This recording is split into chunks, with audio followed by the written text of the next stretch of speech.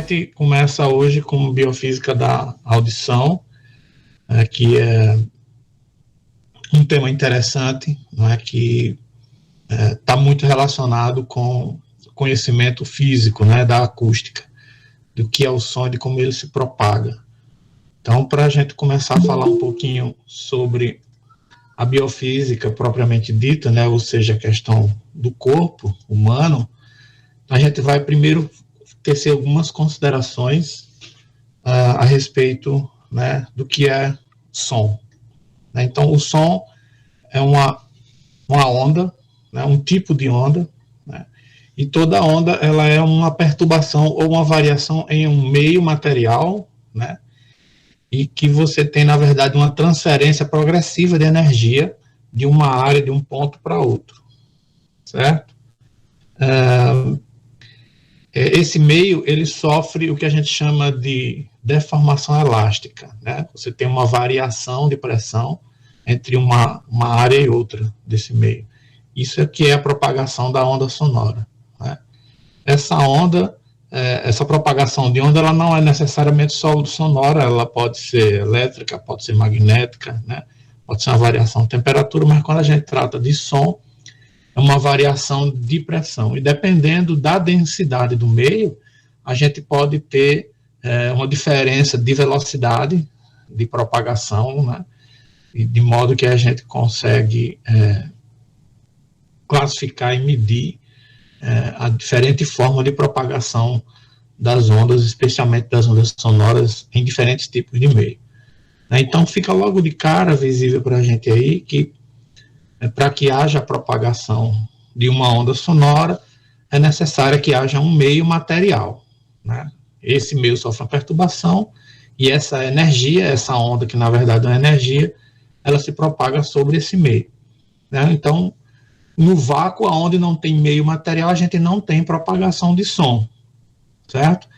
É por isso que filmes que acontecem, os filmes mais antigos, né, agora não estão tomando esse cuidado, mas os filmes mais antigos a gente via explosões, né, barulhos de explosões no espaço, né, nos filmes tipo Star Wars, Star Trek e outros filmes de ficção científica que tinham no passado, a gente tinha as explosões e a gente ouvia as explosões.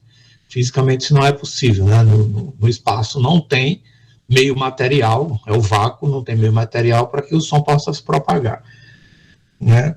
Dos primeiros filmes que começou a tratar isso, digamos assim, com um certo respeito científico, foi 2001, Odisseia no Espaço, né? Um filme de Stanley Kubrick, muito bom, por sinal.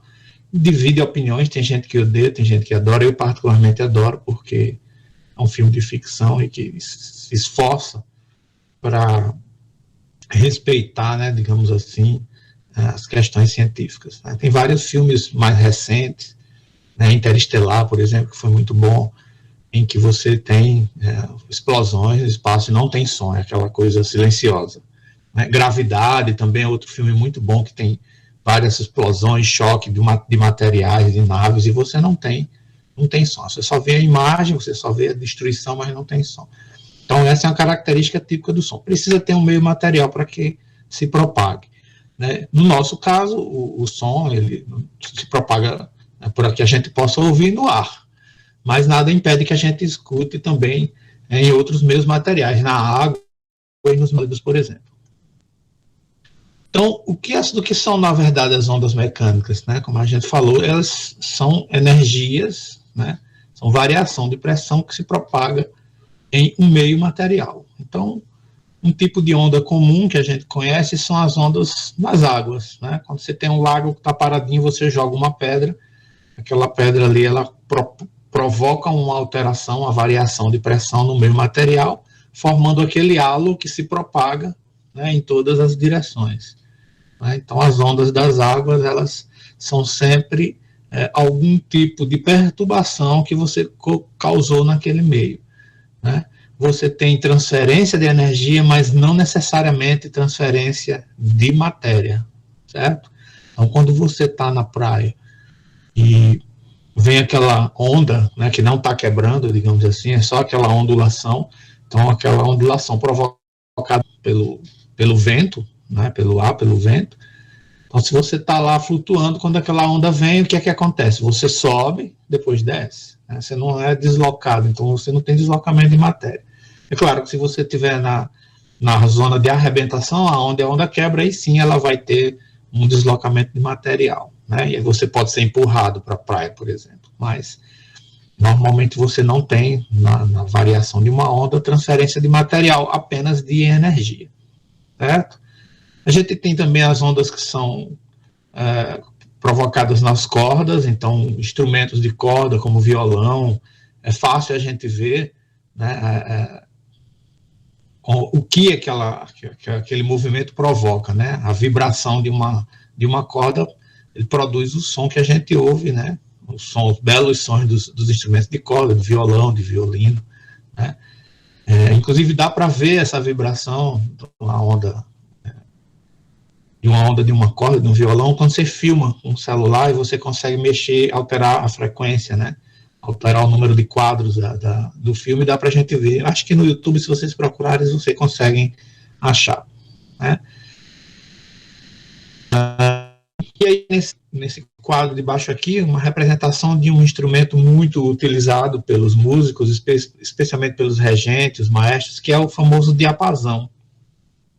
O diapasão é uma haste de metal em formato de Y, né, que ele bate com esse instrumento numa superfície sólida e essas duas hastes, elas vibram e ele produz um som em uma frequência única. Não me lembro exatamente agora qual é, se eu não me engano é 405 Hz, não me lembro exatamente quanto é, mas ele produz, né, uma nota musical que serve de referência para o maestro afinar a orquestra, né, ou o coral, seja lá o que ele esteja regendo.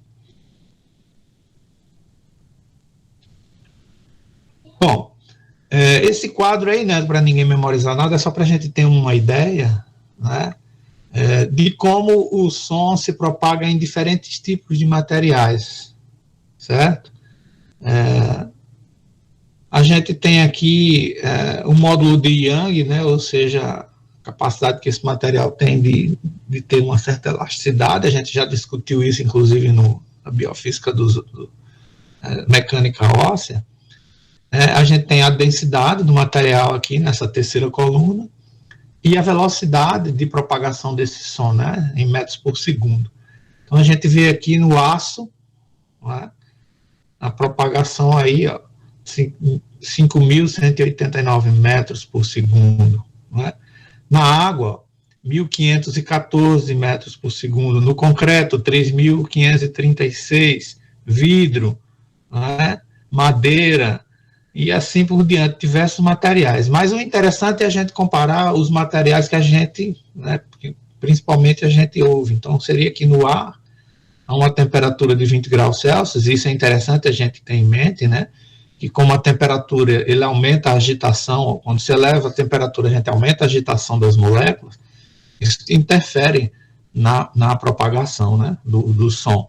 Então veja que é um material de baixa densidade, né, e a propagação aqui no ar, então, é 344 metros por segundo a propagação do som. Essa é a velocidade de propagação do som no ar, 344 metros por segundo. Então, no caso aqui, uma propagação média, né?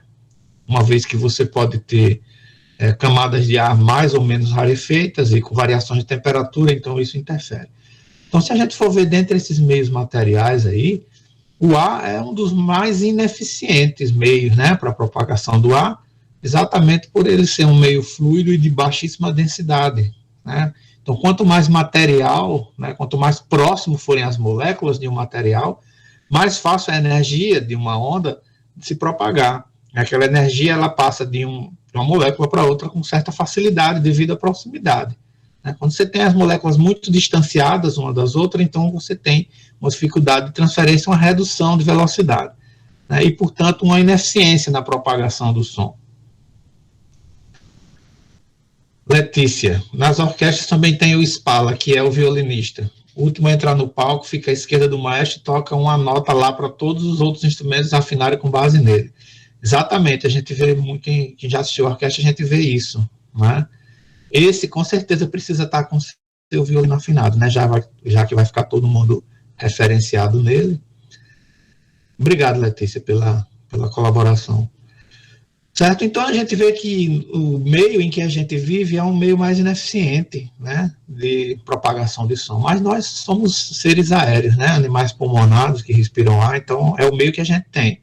Então os nossos ouvidos eles são adaptados para ouvir no meio aéreo. Mas a gente consegue ouvir debaixo d'água com muita eficiência,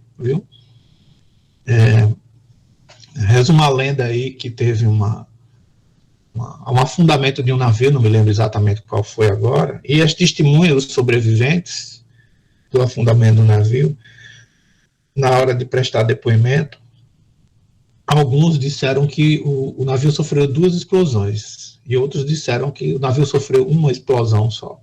Né? Alguns disseram que ouviram essa explosão, estavam debaixo d'água, subindo, né? E outros disseram que ouviram enquanto estavam embaixo d'água e depois que saíram, ouviram a mesma explosão. Né? O navio foi afundando, eles se afastaram o máximo possível do navio, quando o navio explodiu, eles já estavam longe o suficiente para não serem afetados pela explosão. E levou-se muito tempo com essa dúvida, né, o que tinha causado o dano do navio, até que se chegou à conclusão de que só houve uma explosão, né? E aí as pessoas que disseram que ouviram 2 explosões estavam mentindo? Não, elas não estavam. Acontece que, como a velocidade do som debaixo d'água é muito maior do que fora d'água, as pessoas ainda estavam mergulhando, ainda estavam emergindo, ouviram a primeira explosão debaixo d'água, que tem aí uma velocidade de 1.517 metros por segundo, e depois que elas subiram, né, algum tempo depois, segundo depois, elas ouviram a mesma explosão, só que agora no aéreo. Né? Então isso fez com que elas tivessem a impressão de que foi 2 explosões, quando na verdade foi apenas uma única explosão. Quem viu recentemente aquele acidente, aquela explosão que houve em Beirute, não sei se vocês chegaram a ver essa notícia, tem alguns vídeos, né, de pessoas que estavam na vizinhança, né, em cidades próximas, não exatamente na cidade de Beirute, mas quem estava na água, em barco, quem estava em cidades próximas, que você vê a explosão acontecendo, né, e assim, 1 segundo, 2 segundos depois é que se ouve a explosão, né? Então, você vê a diferença, no caso aí, é da velocidade de propagação da luz e do som, né, que o pessoal ouve, vê a onda de choque se aproximando e ouve a explosão um tempinho depois, né, do que visualiza. Então isso é exatamente pela baixa velocidade de propagação do som no ambiente aéreo. Basicamente, o que os seres vivos vão fazer com esse som, com essa energia, é capturar essa energia de alguma forma, né, converter essa energia em um sinal elétrico, ou seja, em um potencial de ação, né, e interpretar esse sinal, essa informação no seu sistema nervoso. A percepção de som nos seres vivos, ela já começa em alguns vermes, em vertebrados, né, mais primitivos, certo? Então, hidrozoários, as famosas caravelas, né, elas têm misturado naqueles tentáculos, né, que tem uns tentáculos que têm a função de ataque, de capturar peixe, e eles têm umas células urticantes, né, que é aquilo que queima quando a gente encosta, mas parte daqueles tentáculos ali, eles são sensores de vibração, né, eles são como se fossem ouvidos pendurados, então eles têm células especializadas em perceber vibração, certo? Então, qualquer agito que você faz na água, qualquer som que você produza na água, aquele som é percebido por esse animal e ele dispara aquelas células urticantes, né, como meio de defesa ou como meio de ataque. Então, se for, por exemplo, um pequeno animal, um pequeno peixe que esteja nas proximidades, quanto mais ele se agita, mais ela dispara aquele veneno naquelas células e aqueles tentáculos, né, urticantes que queimam a pele. Então, se você tiver a infelicidade de estar numa praia e encostar na caravela e lhe queimar, tente fazer o mínimo de movimento possível. Né? Eu sei que com a dor a tendência da gente é sair rápido, né, e agoniado daquela situação, mas quanto mais agitação você fizer, mais vai doer, porque isso vai induzir, né, a outras células, né, mais células urticantes em você. Nos insetos e nas aranhas, nós temos também sistemas de percepção de ondas sonoras, né? Ítalo, tem essa lenda urbana aí, né? Que o povo manda urinar em cima. Não sei se está relacionado com pH. Realmente eu nunca fui atrás para saber se funcionava mesmo, não. Mas quando eu era criança, eu me lembro muito bem disso. Morava ali na Praia dos Artistas e levei muita queimadura de caravela. Só não sei se realmente isso é uma solução verdadeira ou se é mais uma lenda urbana. Né? Tipo uma cloroquina da vida. É mito. Eu imagino que seja mito. Então, muitos insetos, eles ouvem, digamos assim, através das antenas, certo? Eles percebem o som através das antenas. Para outras, as antenas elas são usadas para percepção de odor, né? Elas têm dupla função. Nas aranhas, como o exemplo que eu coloquei da aranha caranguejeira, a percepção de som é feita pelos pelos, certo? Aí você pergunta, quais pelos? Os da cabeça? Não, por incrível que pareça, todos os pelos, inclusive os das pernas. Então, você pode dizer que uma aranha caranguejeira é um ouvido ambulante. Então, cada um desses pelos que reveste todo o corpo desse animal, ele é um pelo sensível ao som. Qualquer vibração que você dá naquele pelo, ela vai perceber. Então, ela tem uma super audição, digamos assim, né? Uma sensibilidade à movimentação na sua redondeza muito grande. Você se aproxima de uma aranha dessa, se ela não reagir é porque ela está de boa, mas ela sabe que você está ali pertinho, né? Qualquer deslocamento de ar que você faz, a aranha consegue perceber com facilidade, fora o tanto de olhos que ela tem, né? Essas aranhas, elas têm de 4 a 8 olhos espalhados na cabeça, olhos grandes e pequenos ocelos que também percebem a luz, certo? Então, esses animais, eles têm uma percepção auditiva muito eficiente, né? Não, o som, a própria vibração no material, né? Um deslocamento de ar é suficiente para que ele possa perceber a sua presença. Quando a gente já vai para animais vertebrados, aí o negócio vai se especializando, né? Em peixes, existe uma coisa muito interessante nesses animais, é que eles possuem uma linha, né, que percorre todo o corpo, da cabeça até a ponta da cauda, com pequenos orifícios. Se vocês forem, a próxima vez que vocês forem comer um peixe, obviamente no restaurante vocês não vão ver porque vocês já vão receber o peixe tratado, mas se você pegar o peixe para tratar, levar para casa, vocês tomam cuidado de olhar na lateral do peixe, você vai ver uma fileira de escamas bem alinhadazinha, que elas têm furos. No meio da escama tem um furo, certo? Esses furos, eles formam uma espécie de uma linha, que é chamada de linha lateral. Eles têm essas linhas dos dois lados, certo? Dentro dessa linha, como vocês podem ver aqui, um aumento, aqui tem um tubarão, está aqui a linha lateral dele, então vocês vejam que ela circunda aqui o olho, passa próximo da boca, né? E vai até a ponta da cauda. Nessa linha lateral, na verdade, são pequenos furos, né? São pequenos buracos, como vocês estão vendo aqui. A sequência desses buraquinhos passa a impressão de que seja uma linha. Esses furos, eles são conectados por meio de um canal a um tubo central, um tubo principal. E é dentro desse tubo, ele é recheado com uma espécie de uma geleia, e dentro desse tubo, desse fluido, existem células sensoriais. São células que possuem uns flagelozinhos, uns pseudópodes, parecem pelos, né? E esses pelos, esses cílios, eles são estruturas sensíveis ao movimento, né? Uma onda sonora, quando passa ali, um movimento, quando ele é percebido ali, ele vibra esses pelinhos, né? Esses cílios, e a vibração desses cílios produz potencial de ação, certo? Ele tem células especializadas ali a converter aquela vibração em um potencial de ação. Aí lá por trás você vai ter um feixe de nervos que vai capturar esse potencial de ação e levar para o cérebro do animal, e ele consegue perceber movimento, certo? Quando você tem aqui, por exemplo, de um tubarão próximo de uma pessoa, mesmo que ele não esteja indo em direção à pessoa, mas com certeza ele percebe, né, a presença de uma pessoa ali, porque você vê que o corpo do animal inteiro é um ouvido, então ele tem sensibilidade auditiva em qualquer área do corpo, né? O tubarão é uma máquina de sensores, né? Uma máquina biológica de caça, e ele é totalmente revestido de sensores. Então ele tem aí essa linha lateral, que é para percepção de movimento, né, de vibração e de som. E como vocês viram, debaixo d'água, a propagação do som é muito mais eficiente do que no ar. Além disso, ele tem um olfato maravilhoso, né? Consegue sentir uma parte de sangue em 1 milhão de partes de água.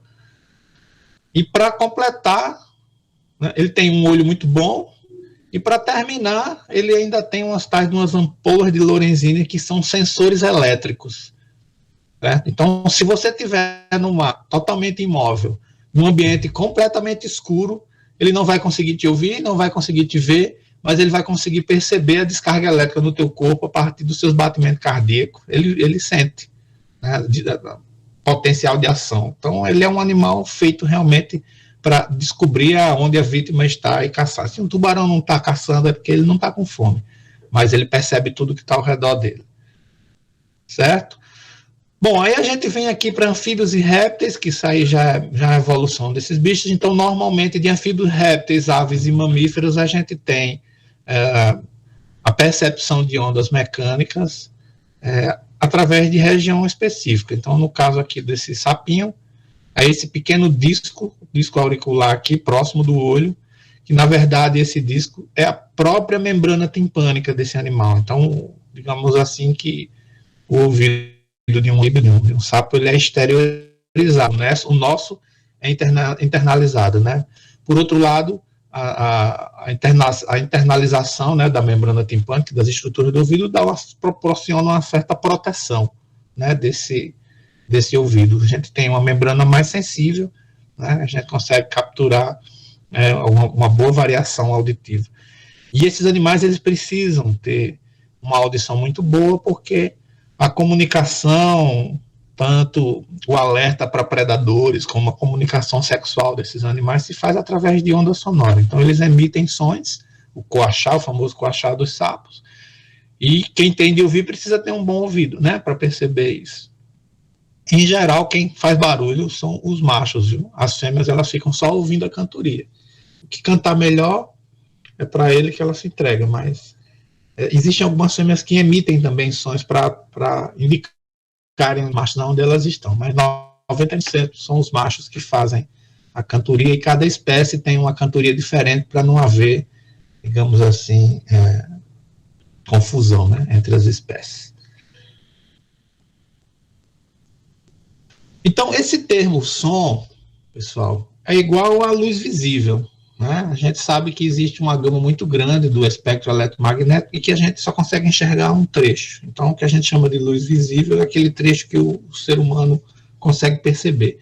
E o que a gente chama de som é exatamente a faixa que o ser humano consegue perceber também, certo? Então, o som é a sensação produzida no ouvido humano por uma sequência de ondas que estão percorrendo um meio elástico. Tanto pode ser no ar, né, como na água, e como num sólido. Então, você consegue escutar um som através de um sólido. Basta encostar a orelha, né, por trás da porta. Né? Índios sabiam da aproximação das pessoas galopando o cavalo, encostando a orelha no solo, né, e conseguia perceber, né, os cascos dos cavalos batendo no solo vários quilômetros de distância. Né? E a gente consegue ouvir debaixo d'água, né, com muita eficiência também. Mas a gente só consegue ouvir os sons que estejam dentro dessa faixa de frequência aqui, ó, de 20 Hz a 20 kHz, né? Ou seja, 20 mil Hz. Né? Para quem não lembra, o Hertz é uma unidade de frequência. Certo? Quem lembra aí qual é o que significa um Hertz? Hein? No caso, o Hertz é a frequência ao invés do período. Então, é tipo é como se fosse um sobre segundo, né? Exatamente. É um evento por segundo. Uma frequência é um evento por segundo, seja ele qual for esse evento. Né? Então, a gente só ouve nessa frequência, nessa faixa de frequência, aí, de 20 Hz a 20 kHz. Na verdade, isso aqui está considerando a espécie humana, tá? Então, assim, bebês conseguem ouvir 20 Hz, né, até 20 mil Hz, mas adultos não conseguem ouvir, não. Eu consigo ouvir de 150 Hz, né, até 12, 15 mil Hz no máximo. Né? Já fiz testes. Né? Uma das brincadeiras que a gente faz na prática é exatamente isso. O seu Fred tem uma parafernália que ele trouxe lá da eletrônica, ele tem um gerador de frequência, tem uns alto-falantes planos de alta fidelidade, aí ele produz essas frequências, sabe? E aí você vai ver que a gente não consegue ouvir. Em sala de aula ele bota o negócio bem alto, você tem aquela sensação desagradável, né? O pessoal mais jovem fica ouvindo aquela coisa desagradável de alta frequência, mas ninguém escuta nada. Né? Eu, por exemplo, não escuto nada. Algumas pessoas têm um ouvido mais sensível, né? Outras têm menos. E a gente vai falar um pouco sobre essa sensibilidade e o que pode variar em torno dela. Então, é considerado o som o que tiver dentro dessa frequência. O que tiver abaixo de 20 Hz é chamado de infrassom. E o que tiver acima de 20 kHz é chamado de ultrassom, certo? Nós não conseguimos ouvir nem infra e nem ultra, mas existem equipamentos que podem perceber isso. E outros seres vivos que conseguem ouvir também nessas frequências, né, de ultrassom e de infrassom. Então, a sensibilidade do ouvido humano, ela vai variar com essas três variáveis que vocês estão vendo aí. Com a frequência, com a idade, como eu falei há pouco, e também, como eu falei, de um indivíduo para o outro. Com a frequência, a tendência do nosso ouvido é ele ser mais sensível para as frequências que estão em torno da voz humana, certo? Nós evoluímos para ter, digamos assim, uma preferência, uma sensibilidade maior para aquelas frequências, né, que estão em torno da voz humana, desde a voz humana mais grave até a voz humana mais aguda. Certo? Então, quando a gente sai da faixa da voz humana, a gente continua ouvindo, mas a gente ouve numa intensidade bem mais baixa. Né? Então, a gente precisaria, digamos assim, aumentar o volume da fonte sonora para conseguir perceber melhor. Já se a gente está nessa faixa de frequência em torno da voz humana, a gente não precisa de um volume muito elevado, né, de muita intensidade desse som, que a gente já vai perceber, porque as nossas células ciliadas, elas são especializadas para perceber nessa faixa de frequência que gira em torno da voz humana. E da mesma forma, todos os sons que a gente costuma produzir, né, no nosso convívio, que são importantes para que a gente possa ouvi-los, né? A gente produz sons que não são importantes para a gente ouvir, mas a gente produz outros que são. Então, sirenes, buzina de carro, instrumentos musicais, todos esses sons, eles são produzidos nas faixas de frequência que estão em torno da voz humana, por incrível que pareça. Então, isso aí, o nosso ouvido é mais sensível para todas essas frequências que se aproximam da voz humana. Então, quando alguém está ouvindo um instrumento musical, um violino, uma flauta, tocar, etc., e diz assim, nossa, parece que está falando, né? É exatamente isso, está falando porque está em torno das frequências, né, que se aproximam da voz humana. A idade, como eu falei, né, ela, quanto mais jovem, mais a gente consegue ouvir os extremos. Quanto mais velho, a gente diminui um pouco os extremos, especialmente nos sons mais agudos, né? Ou seja, nos sons de elevada frequência, os que estão mais próximos de 20 kHz ou 20 mil Hz. A tendência com a idade é que você vá perdendo os sons mais agudos. Certo? A gente tende a ouvir os sons mais próximos da voz humana e preserva um pouco os sons mais graves, né? Mais para o lado dos 20 Hz. Então, o indivíduo mais velho, ele vai perdendo as frequências mais altas. Então, digamos assim, as músicas têm, os chiados das músicas, eles vão perdendo. Né? A gente vai ouvindo cada vez menos. E, obviamente, tem indivíduos que têm mais sensibilidade para sons do que outros. Né? Existem indivíduos que conseguem perceber pequenas nuances de frequência, outros não. E isso é muito comum em cantores. Né? Os bons músicos e os bons cantores, eles têm um ouvido mais sensível para as variações de frequência. Pequenas variações de frequências são facilmente percebidas por músicos mas não são facilmente percebidas por pessoas que não são músicos, certo? Então, se alguém está cantando uma música e desafina, quem é músico percebe na hora, né? Ele chega a se arrepia, nossa, que desafinado horrível. Quem não é músico não percebe diferença nenhuma, acha que aquilo está normal, né? Então, você pode dizer assim, tem gente que é muito fresca, né? Gente que é muito exigente com relação aos cantores. Não é uma questão de exigência, é uma questão de sensibilidade.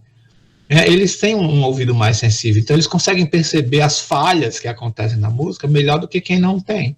Então, para a pessoa que não tem essa sensibilidade, parece que não aconteceu nada, mas um bom músico, ele percebe um desafino, né? Existem cantores que desafinam.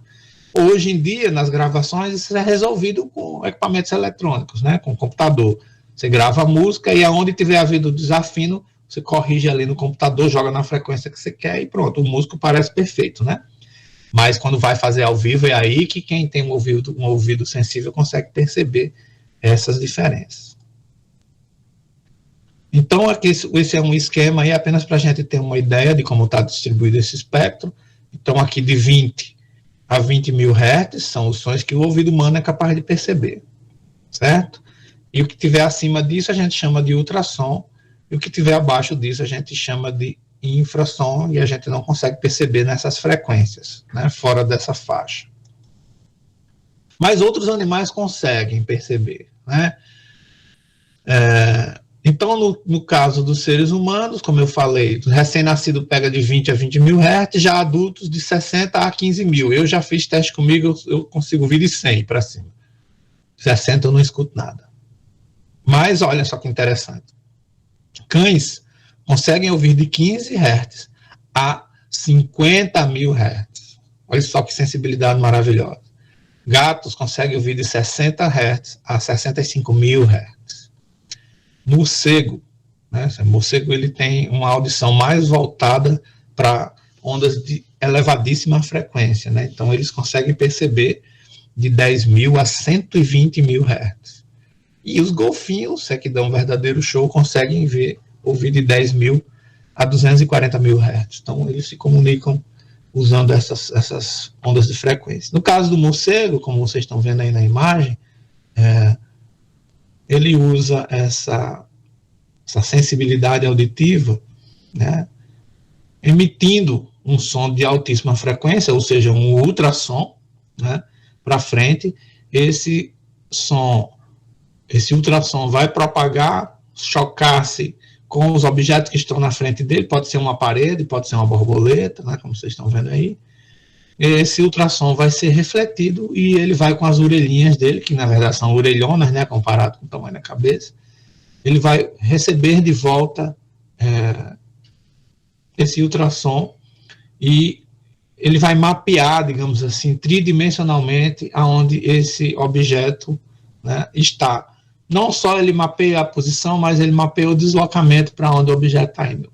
Então é por isso que o morcego consegue voar com muita facilidade em um ambiente de pouca ou nenhuma luz, uma escuridão total, né, e ter uma navegação sem nenhuma dificuldade, apenas usando o sistema de emissão, de ultrassom e de captura. Esse sistema ele é conhecido, né, como ecolocalização, certo?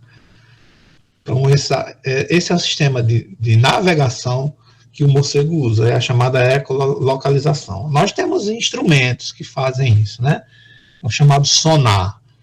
Os navios pesqueiros, eles conseguem fazer identificação de naufrágios, de cardumes de peixes, entendeu? De baleias, através de um sonar. Ele joga ultrassom para debaixo d'água, aquele ultrassom ele se choca com os objetos, ele volta, e aí o computador lá, o sonar reconstrói a forma, inclusive, do objeto, a partir do tempo de ida e de volta desses sons, né, desses ultrassons, desculpa. Então, se você tem um objeto mais próximo, o ultrassom vai bater nesse objeto e vai voltar rapidamente, né?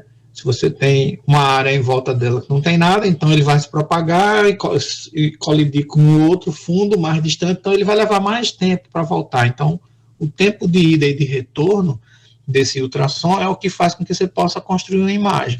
E esse é o mesmo princípio que se usa no famoso exame de ultrassom, né? Uma ultrassonografia. É o mesmo princípio. A gente não vai discutir ultrassonografia porque vocês, o pessoal aí da biomedicina, da fisioterapia também vão ver isso. No caso da biomedicina, vocês têm uma disciplina de imagem que vai discutir com mais detalhes o ultrassom. A gente tinha esse conteúdo na biofísica, mas com a criação da disciplina de imagem a gente retirou e deixou para lá. Mas eu faço apenas uma menção para vocês terem essa percepção. Aí aqui nesse slide, eu não poderia deixar de falar, que é a respeito dos cães, né, que houve de 15 a 50 mil Hz, e os fogos de São João e de Réveillon. Certo? Aquela campanha que o pessoal faz, não solte fogo porque você amedronta os cachorros. Tem cachorro que tem infarto e morre, enfim.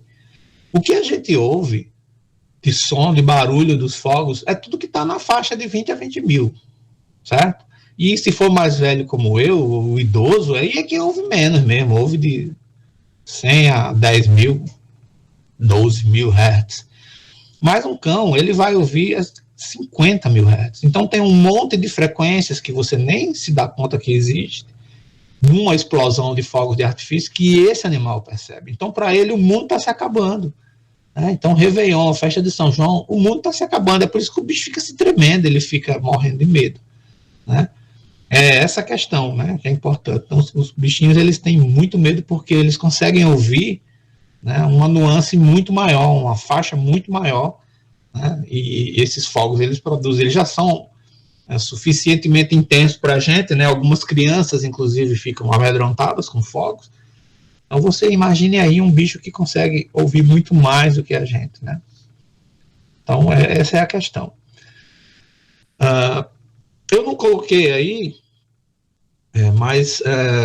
as imagens, mas os golfinhos, eles têm também uma coisa interessante, é que eles usam essa altíssima frequência, né, esse ultrassom altamente intenso, como estratégia de caça, né? Além de usar como um sonar, igual aos morcegos, eles usam também como estratégia de caça.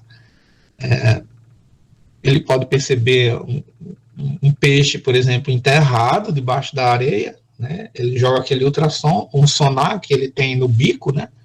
Ele tem uma testa com uma cápsula de gordura, que ali é o sonar dele, ele consegue perceber o ultrassom voltando, ele emite o ultrassom e dá aqueles gritos dele, né? Bem fininho que a gente escuta. Ele emite o ultrassom e aquilo retorna e ele consegue identificar um peixe enterrado, escondido debaixo da areia ou um outro bicho qualquer. Né? E não só isso, que é mais interessante, ele consegue desalojar, né? Tirar o peixe de dentro da loca. Ele emite uma intensidade muito grande daqueles estalidos de ultrassom e aquilo ali atordou o peixe. Né? O peixe vinha nadando, ele dá aquele grito, o peixe fica lá todo lesado, atordoado, ele vai lá e captura e come. Então é uma estratégia também relacionada à produção e à percepção de certos tipos de frequência. Magno colocou aqui sobre baleias.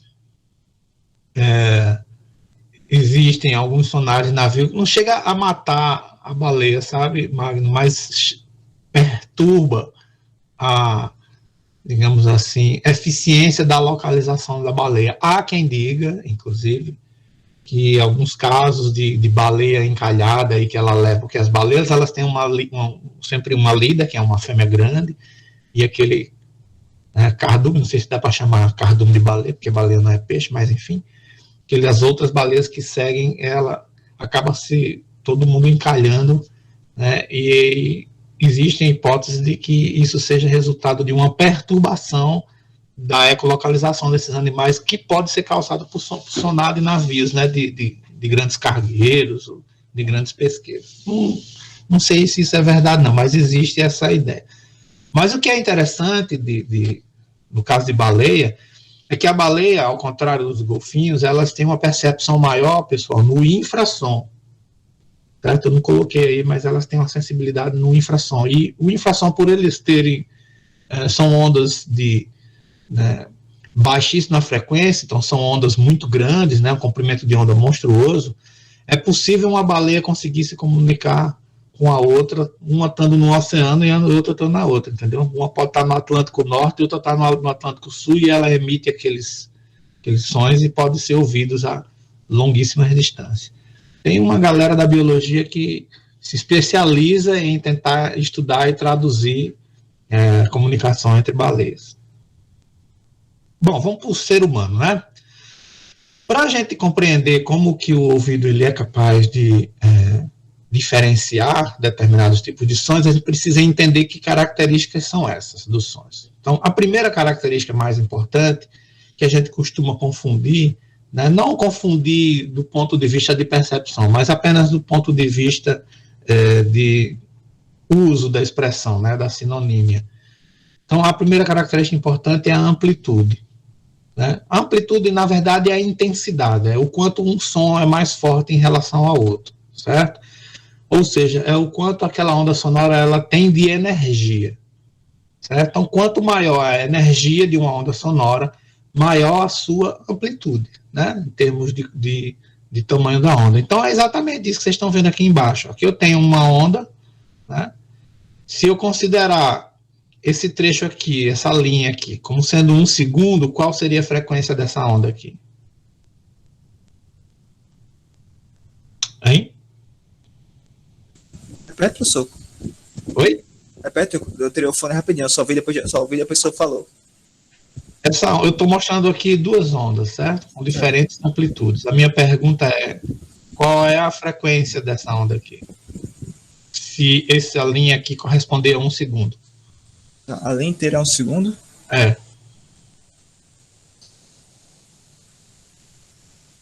Isso, Letícia. Muito bem, parabéns. 4 Hz. Certo? 4 Hz é a frequência dessa onda. Por quê? Porque ela tem 4 ciclos. Aqui 1, 2, 3, 4. Então é uma onda de 4 Hz. Certo? E essa outra aqui do lado, Letícia? Considerando que a linha é do mesmo tamanho da outra.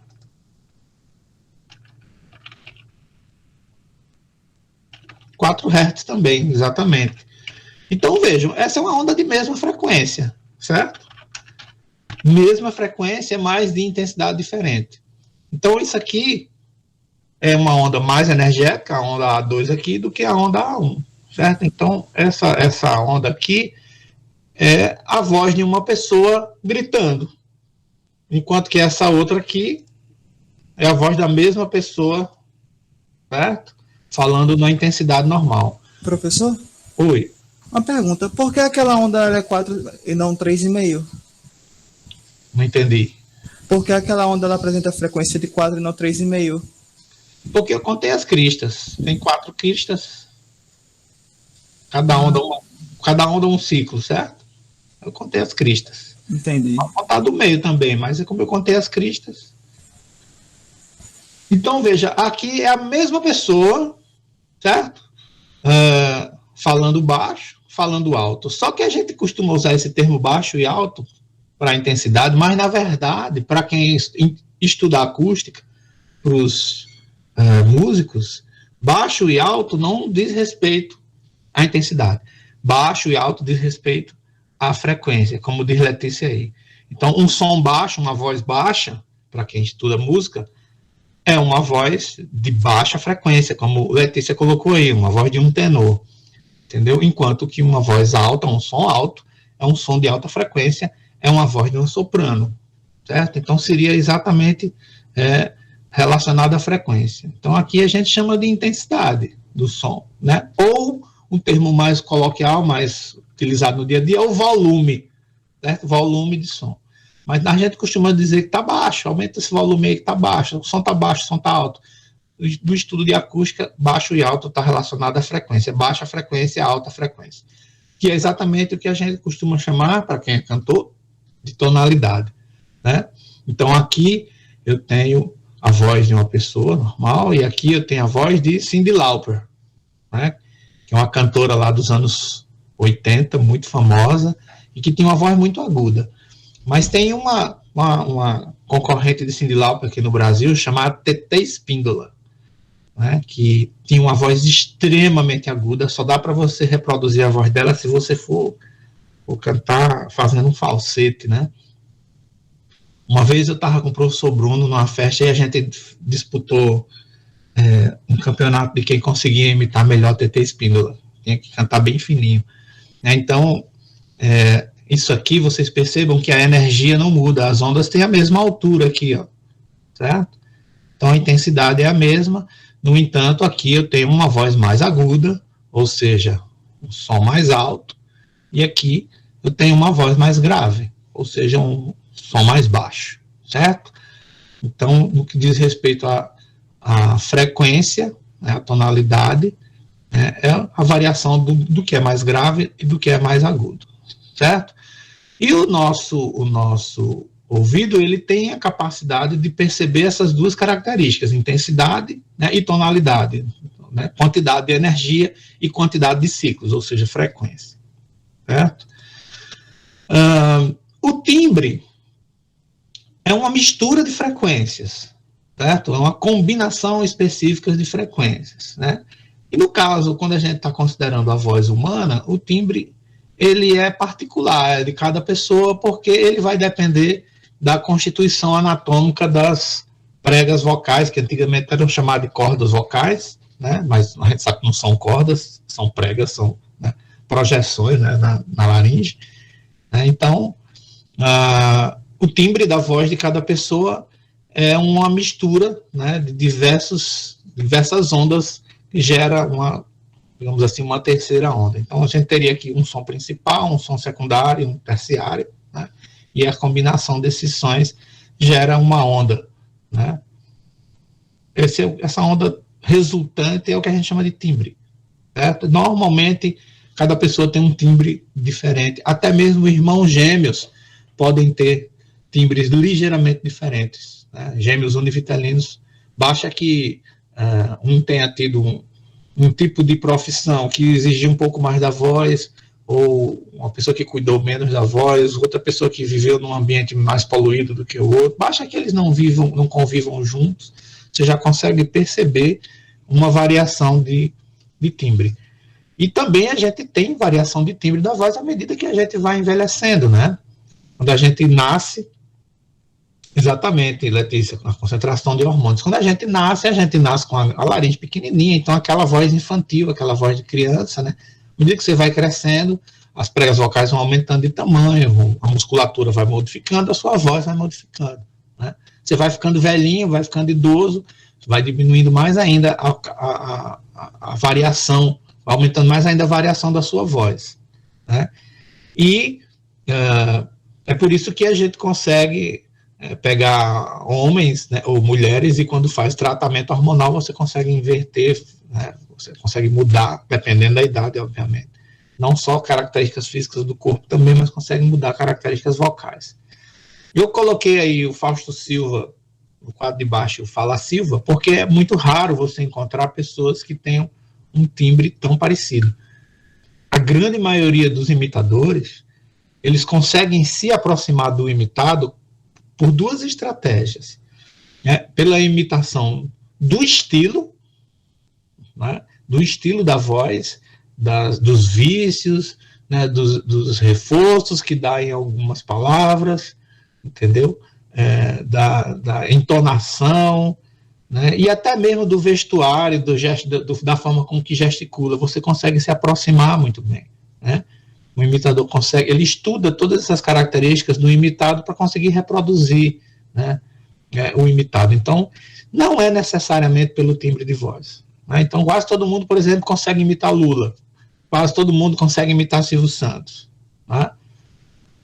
Muita gente consegue imitar Faustão pelo jeito, a gente sabe que é aquele jeito, mas em termos de voz mesmo, reproduzir, eu só vi esse cara aqui, o chamado Fala Silva.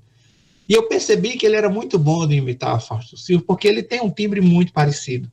Né? E isso só é notado quando você exclui todas as outras coisas da imitação e deixa só a voz.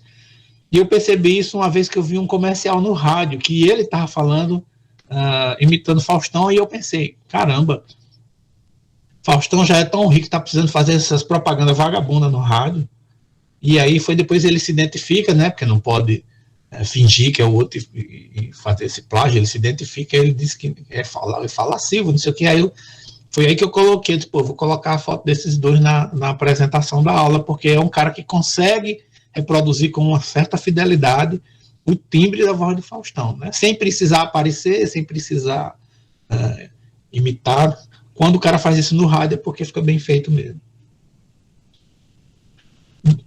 Imitar Bolsonaro também é fácil, né? Porque tem aquele padrão de palavras que ele gosta de usar, aquela entonação agressiva, então também é fácil. Agora, tem gente que consegue... Pois é, que desgosto. Tem gente que consegue reproduzir o timbre mesmo, né? Bom, esse aqui é um audiograma, certo? Esse aqui é um gráfico que, não precisa vocês memorizarem isso, é um gráfico que relaciona frequência com intensidade sonora, né, capturado pelo ouvido humano.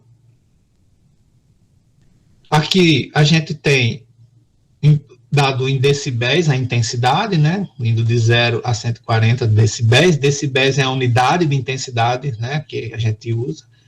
Na verdade, a unidade principal é o Bell, e a gente usa a 10ª parte do Bell, né, porque o Bell é uma intensidade alta.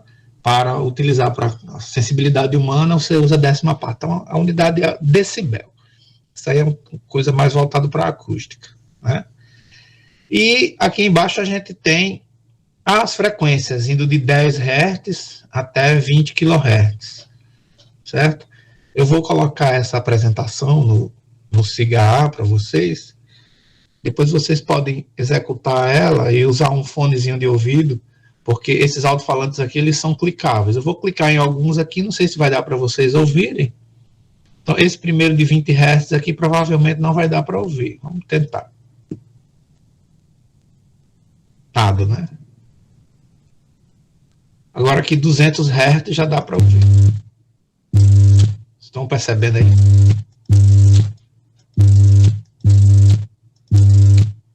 Hz. Aqui, 2.000 Hz. Aqui, acho que 4.000 Hz. Opa.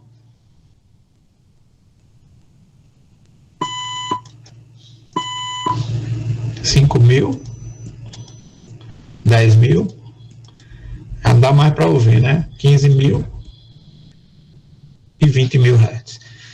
Então, perceba que essa faixa em verde aqui é onde estão as frequências, né, e as intensidades, né, em termos de Hertz, da voz humana. E o amarelo são dos sons da maioria dos instrumentos musicais.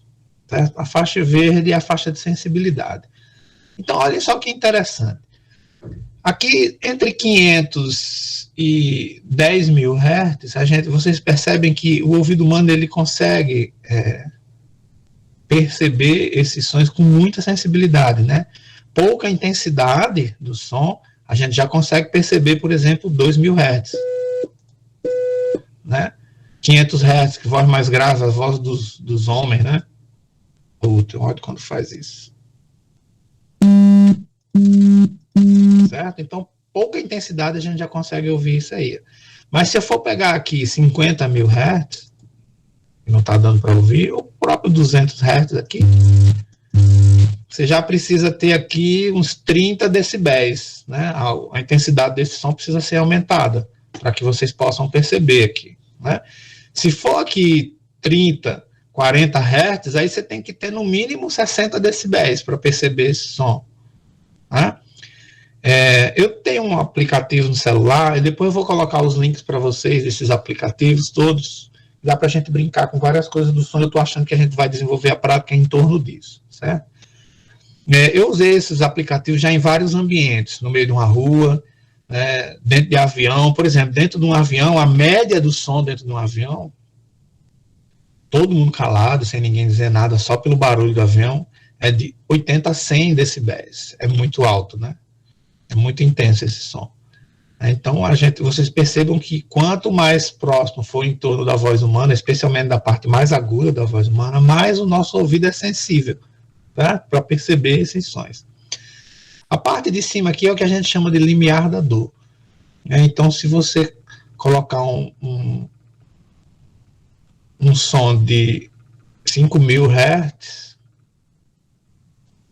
que é esse som aqui. Se você colocar 5.000 Hz em 110 decibéis, você vai sentir uma dor, vai doer no teu ouvido. Certo?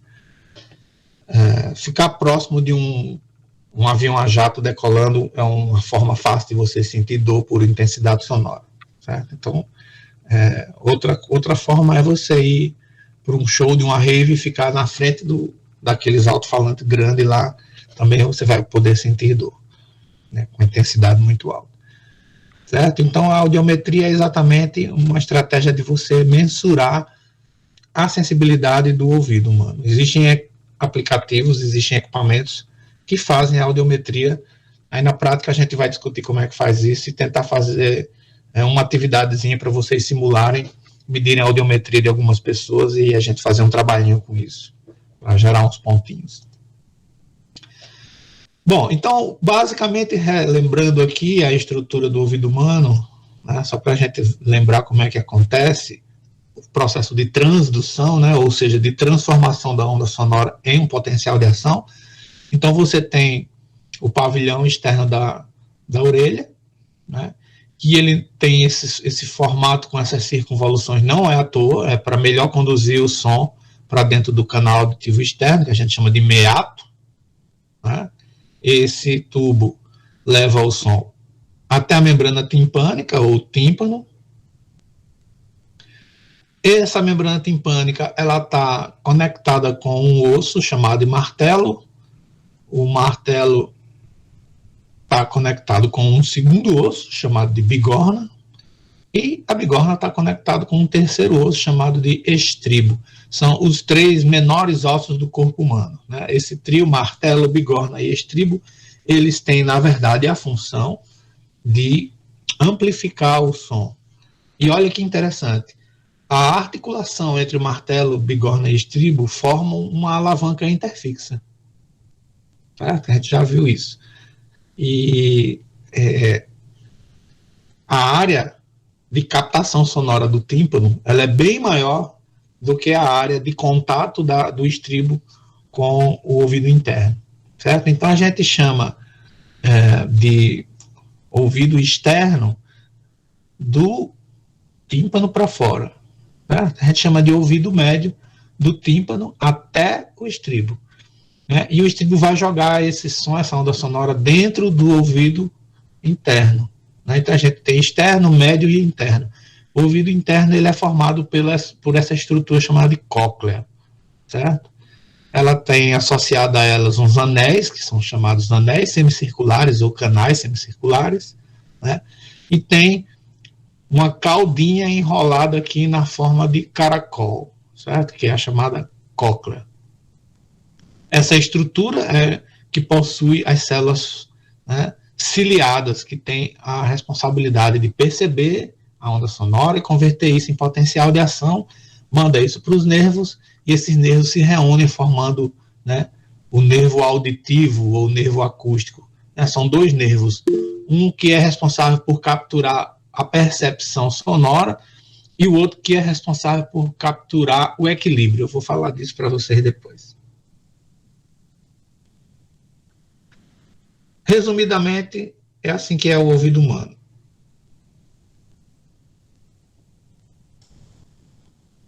Então vocês têm aí, essa animação ela tem algumas imperfeições, mas serve para o propósito que a gente tem. Um aparelho de som super moderno, então a onda sonora ela vai bater aí no tímpano, né?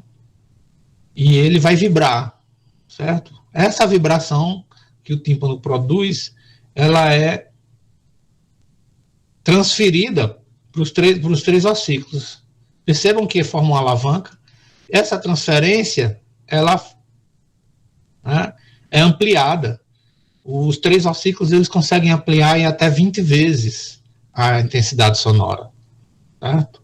Então, um som que você perceba no tímpano com uma certa intensidade, lá na cóclea, ela é aumentada, pode ser, não necessariamente, mas pode ser aumentada em até 20 vezes.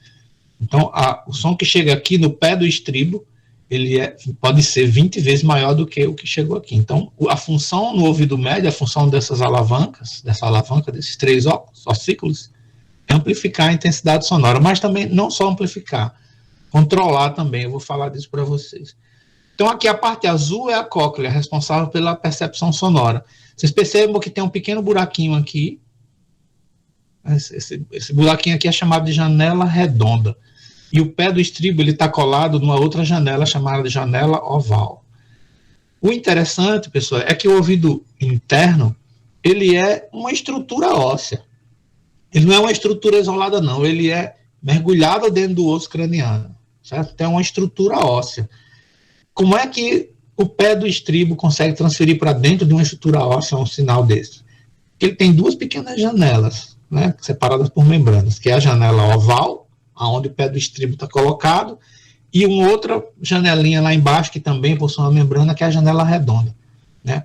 A janela oval ela serve para o pé do estribo jogar o som lá dentro, né? E a janela oval é para colocar o excedente de som. Percebam que a gente tem ainda aqui um tubo, vocês estão vendo aqui, esse tubo, que aqui ele era chamado ainda de trompa de Eustáquio, agora já mudou, acho que não sei se é nasofaringe, audiofaringe, tubo auditiva, sei lá, não sei como é que é o novo nome não, se alguém lembrar, coloca aí no chat para mim, por favor. Então, a gente tem uma energia sonora, a gente tem essa energia sonora transferida do tímpano para dentro do ouvido interno da cóclea, mas para que o tímpano possa vibrar, pessoal, é necessário que a pressão do lado interno dele seja igual à pressão do lado externo. Certo? E às vezes acontece de essa pressão ser diferente. Né? Quando você se submete a uma variação de pressão muito grande, tubo auditivo é isso, né, Magno? Acho que deve ser isso mesmo. Obrigado, viu? Quando você submete a uma variação de pressão muito grande, essa variação de pressão limita a capacidade do tímpano de vibrar, certo? De se movimentar. Então, por exemplo, quando você pega um avião e ele começa a subir, deslocar e vai pressurizar a cabine, então a pressão aqui no ambiente externo, ela vai aumentando em relação à pressão no ouvido médio, de modo que o tímpano ele vai sendo empurrado para trás, certo? E esse empurrar do tímpano para trás tira dele a capacidade dele de vibrar. E é por isso que quando o avião começa a subir, você vai ficando surdo, certo? Porque o tímpano vai sendo empurrado pela pressão externa, que é maior do que a interna, vai sendo empurrado para dentro, né? Segundo o princípio da termodinâmica. Vale do mais para não ter menos. Então, empurra para dentro. Qual é a solução para isso? É você tentar equilibrar a pressão novamente. E só tem um jeito de você fazer isso, é você jogar ar aqui por dentro da tuba auditiva. Tem gente que consegue fazer isso, como o Letícia colocou aí, mascando chiclete. Eu não consigo.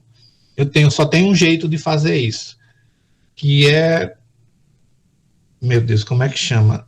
É uma manobra, que eu não me lembro agora como é que chama, mas depois eu vou lembrar. A manobra se constitui da seguinte forma: você vai tampar o nariz, certo?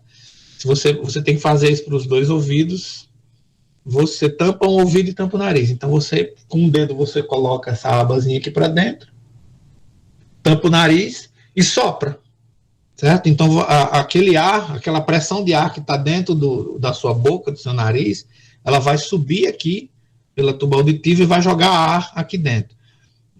Obviamente que quando isso acontece, o ar vai para aí com manobra de Valsalva. Beleza, Magno, é isso mesmo. Não me lembrava do nome. Então, essa é a manobra de Valsalva. A manobra é essa que eu falei. Tampa o ouvido, tampa o nariz, os dois, né, as 2 narinas, e sopra. Então, o ar vai subir aí pela tuba auditiva e vai deslocar, né, vai equilibrar a pressão. Então, você escuta um estalado. E esse estalado nada mais é do que o tímpano voltando para a posição normal.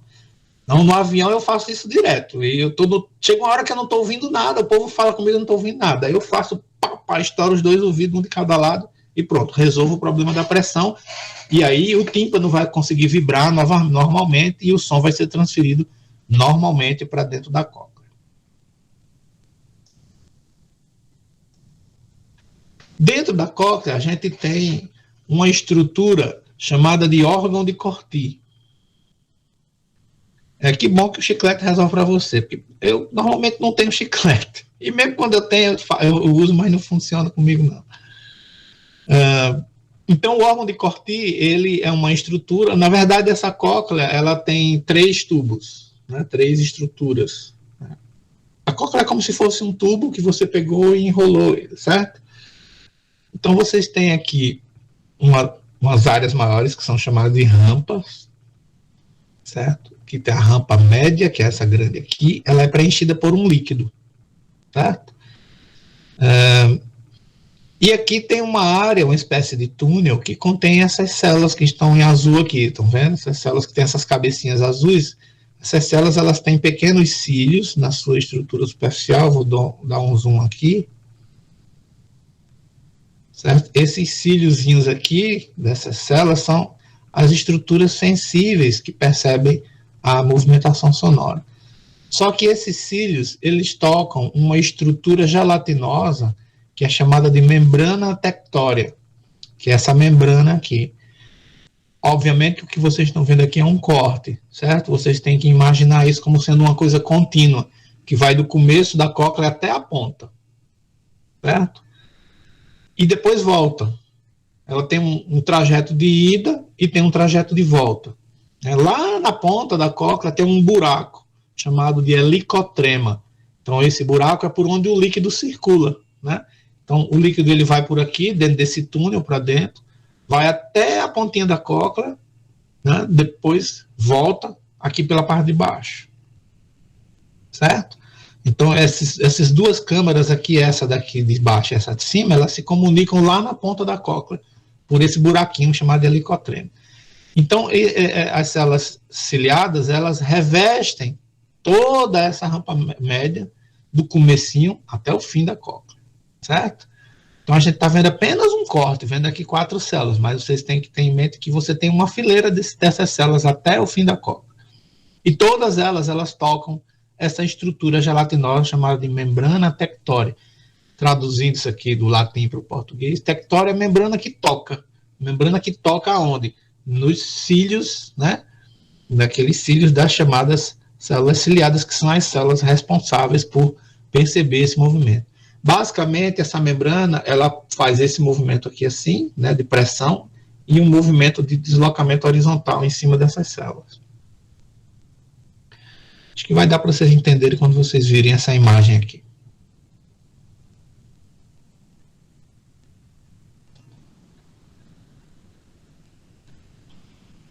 Então você tem uma aí, essa daqui está melhor representada, né? Mostra exatamente como uma onda de choque.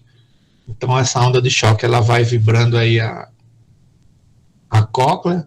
Eu só alerto vocês para digamos assim, um erro de construção dessa animação, é que vocês vão ver aqui uma espécie de flexibilidade na cóclea, né? Isso não é verdade, porque isso é uma estrutura óssea, então não tem essa flexibilidade. E o que existe, na verdade, isso aqui tudo aqui é osso, e o que existe, na verdade, é uma membrana, ele tem uma espécie de furo, um buraco aqui no osso, tem uma membrana aonde está colado o pé do estribo. Então, o estribo, quando ele vibra, ele se movimenta nessa membrana. A estrutura da cóclea, como um todo, ela é rígida, certo? E ela tem esse formato espiralado de caracol, e existe um outro buraquinho, como eu falei, que é a janela redonda, que serve para liberar o excesso de pressão. Que também não está sendo demonstrado aí. Então, tá aí o formato da cóclea, né? E aí vocês percebam que essa coisa verde ondulada aqui é exatamente, né, o fluido, né, vibrando, digamos assim, né, a onda de sonora passando por aí dentro, né, e essa membrana ela vai tocar aqui nos cabelinhos, né, que ele chama aqui de cabelinhos das células, reacélulas, na verdade são os cílios, né. Então esses cílios eles se movimentam e produzem os potenciais de ação que estão passando aqui por essas fibras, né.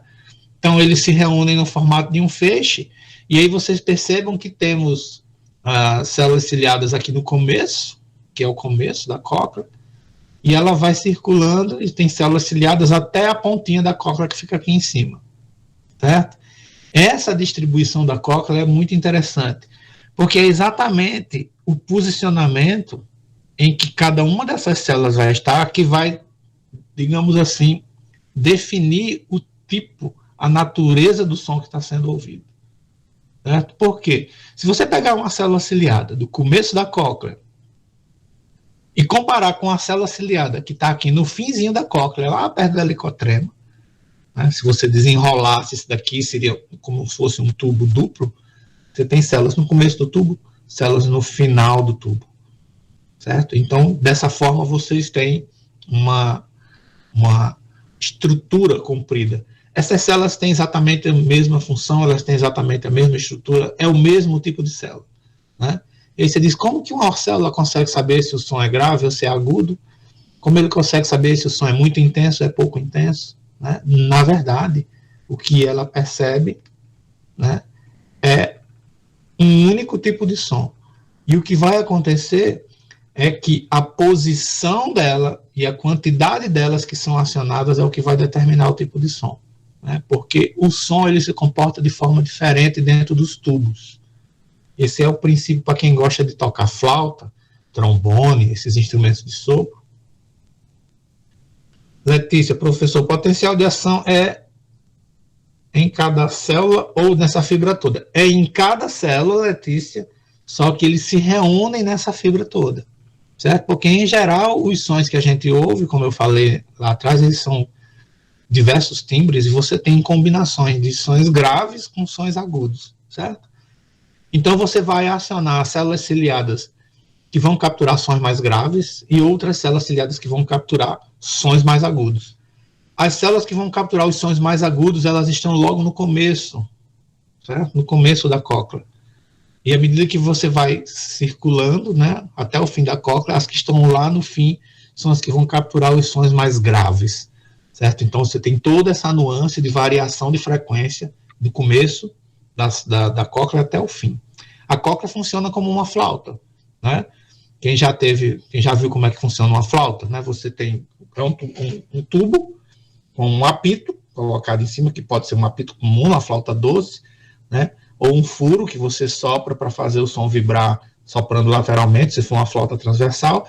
Quando você tampa todos os buracos de uma flauta e sopra, o som que sai é um som grave. Então, à medida que você vai abrindo os buracos, o som, ao invés de sair lá no buraco do fim, ele vai saindo pelos buracos dos dedos que você vai abrindo.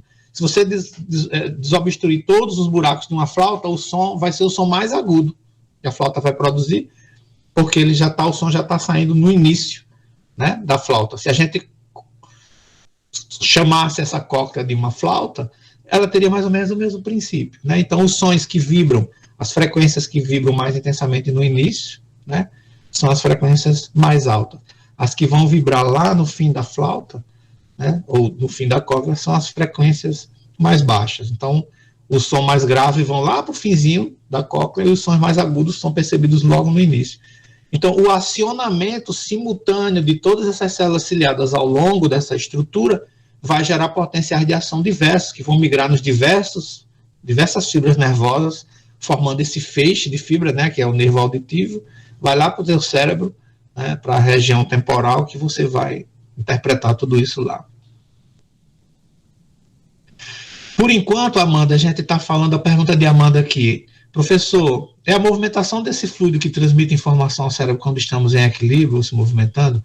Por enquanto, Amanda, a gente está falando só de som, certo? O equilíbrio ele vai estar nos anéis semicirculares, eu vou falar deles daqui a pouco para você. É outra coisa. Vou aproveitar, pronto, nessa imagem para falar aqui para vocês. Lá atrás eu falei que são dois conjuntos de fibras, né, que formam o nervo auditivo. Um conjunto de fibras são as fibras que vão perceber sons que saem aqui da cóclea, certo? Aqui está a cóclea enroladinha. Mas existe um conjunto de fibras, Amanda, que saem aqui dessa estrutura, tá vendo aqui? Que é chamado de anéis semicirculares, porque eles são semicírculos. Não dá para ver exatamente aqui, deixa eu ver, não dá para ver, mas na verdade nós temos 3 anéis semicirculares. Vocês estão vendo aqui um, certo? Um que está numa posição vertical, esse outro aqui do lado, ele está numa posição diagonal, e temos esse outro aqui que a gente está vendo só o perfil dele, mas na verdade ele é um círculo também, que está colocado numa posição horizontal.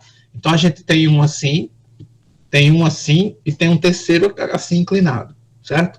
Esses anéis semicirculares, eles são preenchidos por líquido, o mesmo líquido que está na cóclea, e eles são revestidos internamente também por células ciliadas, certo? Dentro desses anéis semicirculares, existem pequenos cálculos ou pequenas pedrinhas, formato de carbonato de cálcio, e que eles, quando você movimenta a cabeça, por ação da gravidade, eles caem, certo? Então, à medida que eles vão caindo e tocando nos cílios das células ciliadas que estão revestindo esses canais semicirculares internamente.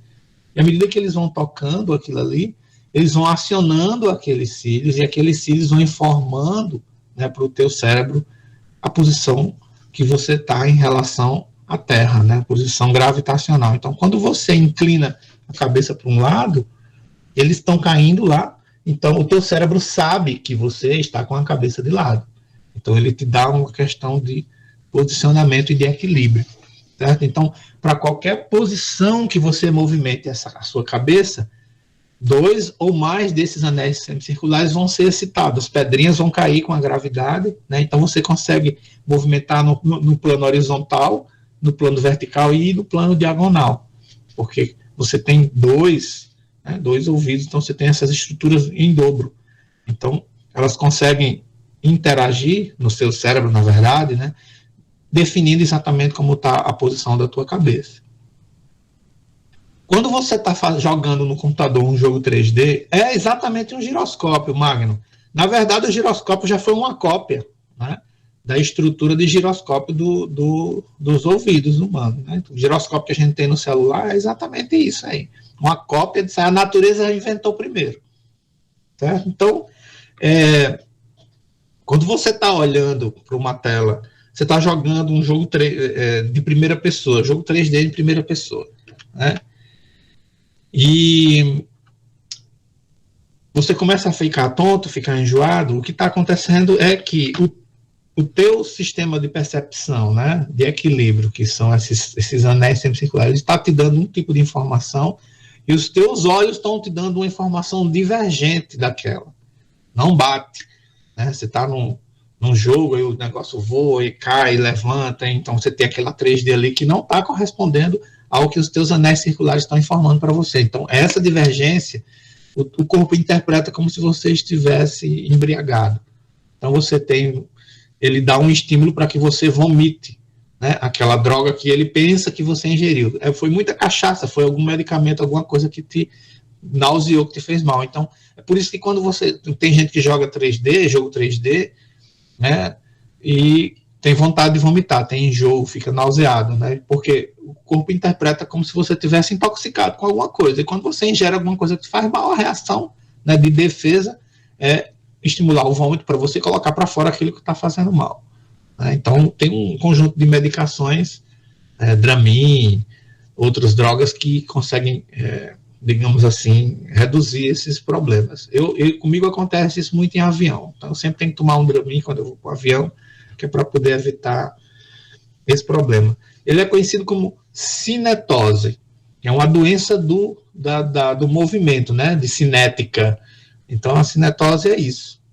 Eu tenho muita cinetose, mas eu tenho cinetose especialmente quando eu estou num carro de carona, alguém dirigindo, e se esse alguém for uma pessoa que freia muito, que acelera no momento errado, que faz assim coisas inesperadas, aí eu só falto morrer de enjoo. Às vezes eu penso, sai daí, deixa eu dirigir esse carro. Eu estando dirigindo, eu posso fazer a loucura que for, eu não tenho cinetose, porque existe uma espécie de previsibilidade do movimento que eu vou fazer. Mas quando não sou eu que estou dirigindo, eu não consigo prever o que a pessoa vai fazer, e aí isso me dá... Se eu achar que a pessoa vai para a direita, ela for para a esquerda, aí pronto. Aí é que eu fico completamente enjoado. Então é exatamente isso. Outra coisa que muita gente não sabe, o que é a tal da labirintite, né, que vocês já devem ter ouvido falar essa expressão, é a inflamação desses anéis semicirculares, né, o chamado labirinto. Então, quando você tem um processo inflamatório, o pessoal usa esse termo labirintite para muita coisa, né, um termo genérico, mas um processo inflamatório que, em geral, pode ser causado por pode ser causado por uma gripe, enfim, acúmulo de secreção aqui nessa região, você pode diminuir a movimentação dos estatólitos, né, aqueles cálculos, aquelas pedrinhas que migram dentro dos anéis semicirculares. Essa, digamos assim, incapacidade dele se movimentar, ela normalmente acontece por um aumento de viscosidade do líquido que aí está. Quando ele fica mais viscoso, né, as pedrinhas elas demoram mais tempo a cair. Então, às vezes acontece, mesmo se a pessoa está com um processo inflamatório, uma variação dessa viscosidade em função de alteração das concentrações iônicas, né, que atravessam as membranas, né, do meio intra para o meio extracelular. E esse aumento de viscosidade dificulta o deslocamento. As pedrinhas elas começam a cair muito lentamente, ou seja, existe um atraso no envio da informação para o teu cérebro. Às vezes acontece com idosos, a pessoa está dormindo, a informação que ele está recebendo é que ele está com a cabeça, né, deitada. E aí o indivíduo acorda de manhã, ele se levanta, quando ele senta, quando ele fica em pé, leva um tempo até essas pedrinhas caírem e informarem para ele que agora ele está de pé. Só que ele já está de pé há mais tempo. Então ocorre esse conflito, né? A informação que está sendo enviada para o cérebro dele é que ele ainda está deitado, só que na verdade o olho já está percebendo que ele está de pé. E aí tem um conflito da percepção sensorial dos anéis semicirculares, do labirinto, e a percepção visual. Conflita essas duas coisas. Então o indivíduo tem aquela tontura, tem aquele enjoo e pode cair. Né? Então, pessoal idoso, geralmente se recomenda para ele, levante devagar, não levante bruscamente não, para poder não causar esse mal-estar. Bom, era nesse aqui, né, que a gente estava vendo. Pronto. Deixa eu só ver se tem mais alguma coisa aqui. Não tem não. Bom, essa estrutura aí é uma micrografia eletrônica de varredura, né? Um corte que foi feito no órgão de corte de um rato. Isso aí não é de ser humano, não, é de um rato. Mas é basicamente a mesma coisa, certo? Eu coloquei essa imagem aqui só para a gente ter uma percepção de uma coisa que acontece normalmente com a gente. Na verdade, o que a gente está vendo aqui são só os cílios, tá? Aqui a gente tem uma fileira mais alta, uma fileira mais baixa. E esses cílios, eles são organizados assim, em formato de V, né? Eles ficam se movimentando dessa forma. Aí você tem, eles estão aqui posicionados assim, e a membrana tectória está aqui em cima, né? E toca nessas estruturas, nesses cílios, né? E estimula eles a enviar pelo seu feixe, né? Pela fibra, o potencial de ação. Percebam que a gente tem alguns cílios aqui, esse daqui, por exemplo, que estão meio dobradinhos aqui. Claro que isso pode ter sido na manipulação para fazer a foto, né, no microscópio eletrônico. Isso aqui é tirado com microscópio eletrônico, no microscópio ocular que a gente vê no dia a dia não consegue perceber esse nível de resolução, não. Então, isso aqui é com microscopia eletrônica. Percebam que tem um dobrado aqui, tem um que está meio destruído aqui. Aqui parece que tinha uma outra fileira, né? Não tem mais. Aqui embaixo, percebam que eu tenho vários cílios aqui que estão meio achatadinhos, certo? Isso aqui são esses cabelinhos que saem, cada um desses daqui é uma célula ciliada. Esse desgaste, essa perda, essa destruição dos cílios, das células ciliadas, é causa de perda auditiva, né? Então, se você tem uma célula ciliada aqui, que ela não tem os cílios, ela perdeu exatamente a estrutura responsável por capturar o movimento, perceber o som. Então, se a célula está com os cílios assim, destruídos, né, dobrados, ou não tem mais os cílios, aquela célula ela perde função, ela não serve mais para perceber o som. E quando é que isso acontece? Quando você coloca muito estímulo na célula. Quando você coloca um som de muita intensidade e por muito tempo. Então você tem ali a membrana tectória o tempo todo batendo naqueles cílios, né? E se você faz isso com uma intensidade muito grande, você tem até um recurso que é utilizado no ouvido médio, que tenta minimizar o dano para o ouvido interno. Por incrível que pareça, os 3 ossículos, eles são suspensos numa musculatura, né? Esses músculos, quando a intensidade sonora for muito grande, esses músculos eles podem se contrair, certo? E a contração desses músculos pode limitar o movimento daquela alavanca, né, formada pelos 3 ossículos, martelo, bigorna e estribo. Mas para que aconteça essa contração muscular, é necessário que o aumento da intensidade sonora seja progressivo, certo? Então, você está num ambiente, o som vai aumentando, um avião, por exemplo. O motor do avião vai sendo ligado, o som vai aumentando, ficando muito intenso. Aí, automaticamente, existe essa percepção de que esses cílios estão sendo muito agredidos, né, pela vibração. Aí, existe um reflexo que manda essa musculatura que sustenta os 3 ossículos se contrair. Aí essa musculatura se contrai e trava os 3 ossículos, de modo que eles diminuem aquela amplificação sonora que eles fariam do tímpano para a janela redonda, certo? Aquela amplificação de 20 vezes, ela pode simplesmente não acontecer. E eles podem ficar tão travados que eles não passam nada. Essa é uma forma de proteger, né, as células ciliadas que estão lá dentro do ouvido interno. Mas, como eu falei, para que isso aconteça, é necessário que essa intensidade aumente de forma progressiva. Se for uma coisa instantânea, se for uma explosão, por exemplo, aí não tem jeito. Você vai ter lesão no ouvido auditivo, nas células ciliadas, né, do ouvido interno. A frequência, um tempo mesmo que o som não seja lá tão intenso ao ponto de lesar as células, mas se ele ficar se repetindo na mesma área durante muito tempo, vai ficar aquele som batendo ali naquelas células durante muito tempo, você danifica também as células ciliadas. E acontece uma coisa interessante. 2 perguntas aqui. Ingrid, quem é surdo nasce sem essas células? E Gutierrez, essas células se regeneram?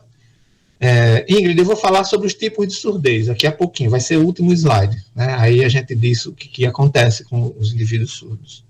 E a resposta de Gutierrez é não, elas não se regeneram, assim como nenhum neurônio se regenera. O que o neurônio pode fazer é emitir pseudópio. Você tem um neurônio aqui que perdeu conexão com o outro, aí ele faz uma projeção da membrana, conecta para o outro, faz uma sinapse e ele volta a se comunicar. Mas se você matou a célula, ela não se regenera, não. O sistema nervoso não tem regeneração. Então, célula ciliada perdida, está perdida para sempre, certo? Por sorte, a gente tem muitas células ciliadas em cada trecho da córnea, tá? Então, as que ficam assumem o papel das que perderam. Mas o que acontece é uma coisa interessante. Quando você acaba de destruir os cílios de uma célula ciliada dessa, ou de um conjunto, em geral você não destrói só de uma, você destrói de várias, elas ficam, digamos assim, erroneamente com a percepção de que elas estão recebendo estímulo, mesmo que elas não estejam, mesmo que não exista mais cílio. Então ela fica enviando para o teu cérebro um ruído. Na verdade, ela não fica enviando um ruído, desculpe. Elas ficam enviando a informação para o teu cérebro via potencial de ação de que você está ouvindo um ruído. Só que, na verdade, você não está ouvindo nada. Certo? Isso é muito comum acontecer com a gente quando você vai para uma festa, um casamento, para uma rave, uma balada, para um show. Quando você volta, que você chega em casa, que você vai dormir, o que é que você escuta? Quando você está quietinho lá no silêncio, aquele famoso zumbido no ouvido. Aquele zumbido significa que você lascou muitas das suas células ciliadas para sempre. Então, cada show que vocês forem, cada vez que vocês escutam aquele zumbido, é um pouquinho de perda auditiva que você acrescentou para a sua vida. Certo? Quando a gente é jovem não percebe muito não, mas quando vocês estiverem passando dos 60, aí vocês vão lembrar, eita, estou surdo porque eu exagerei quando era mais jovem. Certo? Então tenham cuidado com sons muito intensos, tenham cuidado com fones de ouvido, um som muito elevado. Eu tenho um irmão que é 6 anos mais novo do que eu, e ele só fala gritando. Muita gente pensa que ele é mal educado. Eu já digo, não, ele não é mal educado, ele é surdo. Porque ele sempre gostou de música, né? minha família, o povo gosta muito de música, mas ele sempre gostou de um fone de ouvido torando mesmo, de alto. Às vezes eu chego lá na casa dele, tá o som alto, eu já sei que ele tá lá em casa, tá ouvindo o som, porque ele gosta de som alto e por gostar de som alto ficou surdo e aí tem que colocar uma intensidade maior ainda, né? Então, o zumbido é um sinal de que você lascou células ciliadas do seu ouvido interno, do seu órgão de Corti. E como eu falei para Gutierrez, elas não vão se regenerar. Com o tempo, né, essas células morrem, elas deixam de enviar potencial de ação e aquele zumbido some. Aí o zumbido some e você pensa assim, então não lascou nada, lascou sim, porque primeiro você lascou os cílios, aí a célula perdeu função, deixou de enviar potencial de ação, o zumbido sumiu, mas aquela célula não vai mais perceber nada. Você vai ficar continuando ouvindo pelas outras que restaram. Se restar alguma, claro, né? Quando você chega do culto, você escuta, então o pessoal está gritando muito, viu? Lá no seu culto, Gutierrez, diga o pessoal maneirar. Né? Que os fiéis não são e nem querem ficar surdos, né? E os deuses não precisam de gritaria também para ouvir, não, né? Se você pode orar em silêncio, ele lhe ouve, então gritar não vai ser muito bom, não. Para a saúde dos seus ouvidos. Bom, aí aqui eu vou entrar aqui na pergunta, que eu não me lembro mais quem foi que fez, deixa eu voltar aqui. Não sei quem foi que fez a pergunta. Bom. Foi Ingrid. Foi Ingrid? Foi Ingrid. Pronto, aqui sobre como são os tipos de audição, de anomalias da audição. Ingrid, nós temos 3 tipos de surdez. A chamada surdez de condução, que todos nós teremos, se já não tivemos, certo? A surdez sensorineural e a chamada surdez central. A surdez de condução, o nome já diz tudo, certo? É uma coisa que impediu que o som fosse conduzido. Então, qual é a surdez de condução mais comum? Cera do ouvido. Certo? Essa todo mundo vai ter, ou já teve, em algum momento vai ter. Principalmente quando a gente vai ficando mais velho, a produção de cera no ouvido aumenta. Então, cera no ouvido é uma coisa muito comum para te causar um tipo de surdez, que é a surdez de condução, é uma surdez simples. Né? Essa de obstrução do canal auditivo externo, certo? Pode ser causada por cera ou por uma infecção. Né? O ouvido tá... Você entrou na piscina, caiu um pouquinho de água, ficou coçando, aí você pegou um palito, um cotonete, uma coisa para limpar, agrediu o meato, né? Aí a bactéria estava lá, instalou-se ali, causou um processo infeccioso. O processo infeccioso desencadeia num processo inflamatório incha, produz pus, produz dor, e aquilo tudo tampa, né? O canal auditivo externo. E aí aquele obstáculo impede que o som chegue nos tímpanos. Ou então, por exemplo, uma coleção de cera dentro do seu ouvido tampou o meato. Ou então ela grudou no tímpano, impede que o tímpano agora se movimente. Tá entendendo? Porque o tímpano ele é uma membrana fininha, ele tem que estar livre para se movimentar. Certo? E aí, muitas vezes, você impede a movimentação fina do tímpano. Né? Porque imagine o tímpano como sendo uma membrana, ele pode vibrar assim, isso em uma grande amplitude, representa, portanto, o som mais grave, ou ele pode ter essa vibraçãozinha bem fininha, que são os sons mais agudos, né, com as ondas de menor comprimento, então as ondas de maior frequência. Então, a vibração mais fina, que é a vibração que vai capturar os sons agudos, você perde se tiver uma coleção de cera grudada ali, né? Então, você fica só ouvindo coisas graves, você não ouve coisas muito agudas na surdez de condução. Outro tipo de surdez de condução é quando você lesiona o tímpano, você perfura o tímpano. Né? Aí a perfuração do tímpano impede que ele vibre, certo? Eu tenho uma filhinha que ela teve um processo infeccioso que rompeu o tímpano, né? E já foi para o oftalmologista algumas vezes, provavelmente ela vai ter que fazer uma cirurgia, que às vezes elas têm uma infecção de repetição, principalmente quando ela vai para a piscina, né, e sai secreção. Então isso é o rompimento do tímpano. Né? Quando ela fica gripada, sai secreção. Então tímpano rompido. Ela, por sorte, ela não é de sentir muita dor, não sofre muito, mas na acabar essa pandemia aí, a gente vai ter que levar ela para fazer essa cirurgia preventiva. Quando eu era criança, eu estava assistindo a Copa de 86, se eu não me engano, que o Brasil perdeu para variar. E teve uma hora que o Brasil fez um gol e eu fui abrir uma janela do quarto para soltar um rojão, soltar uns fogos, né? E eu tenho um irmão e ele estava comigo na hora e ele estava com um cotonete no ouvido, assim. E aí eu abri a janela, o vento soprou a janela pá! No ouvido dele, o cotonete, puf, arrombou o tímpano dele. Ele ficou aí umas semanas sem conseguir ouvir porque tinha rompido o tímpano. Certo? Então, lesões no tímpano também causam surdez de condução. Vejam o termo. É o que vai conduzir, né, o som até a cóclea. E, finalmente, pessoal, as lesões nos ossículos. Então, quando você tem uma infecção no ouvido médio, se você tem um acúmulo de pus, né, ali nos ossículos, aquele pus ele trava a movimentação dos ossículos, né, podendo até você perder aqueles ossículos, né. Uma infecção mais grave, você pode simplesmente matar as células, aquela articulação que eles fazem pode se perder, você pode perder, né, a audição por lesão nos ossículos, nos 3 ossículos do ouvido, certo? Essas surdez de condução, elas são as mais comuns. E muita gente, Ingrid, nasce com problema aí, sabe?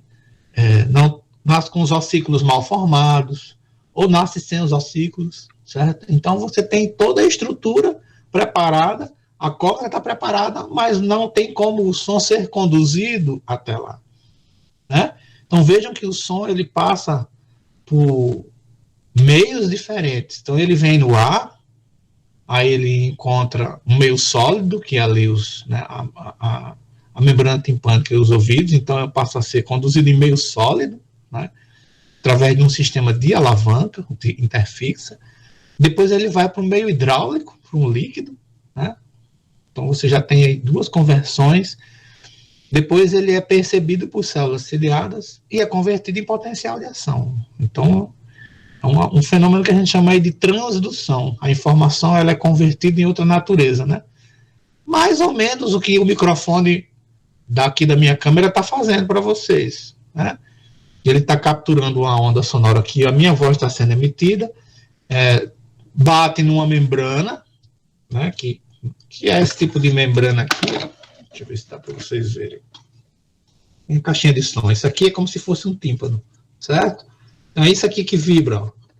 Ele tem essa flexibilidade, ele vibra, né? Se essa vibração for rapidinha e curtinha, ele está sentindo sons de elevada frequência. Se for uma vibração intensa, que, né, vai muito lá dentro e muito fora, é uma vibração de sons mais graves, certo?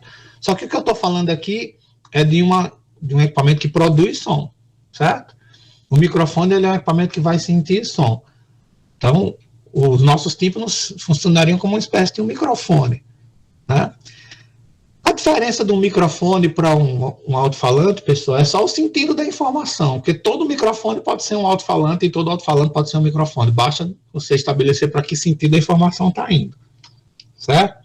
Se você pegar um fonezinho de ouvido e plugar na entrada do microfone e falar no fone de ouvido, ele vai funcionar com o microfone do mesmo jeito. Só você plugar no outro local. Então aqui a minha câmera, os microfones dela estão capturando a minha voz e convertendo ela em uma informação elétrica.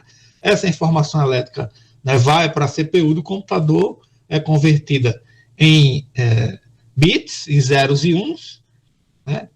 Isso depois vai ali para a minha fibra ótica, convertida em luz, segue na fibra ótica, vai bater nos Estados Unidos, onde está lá o Google, né? Depois volta para o computador de vocês, por fibra ótica também, chega no computador de vocês, é convertida de novo em sinal elétrico, esse sinal elétrico é enviado para o alto-falante e vocês estão ouvindo.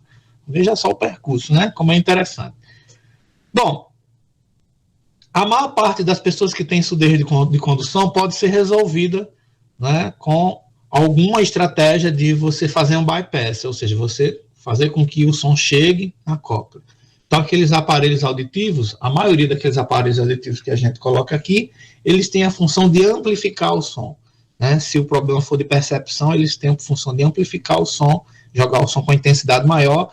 Se, por exemplo, os ossículos não conseguirem fazer esse trabalho, então o som é jogado diretamente na estrutura do ouvido interno. Certo?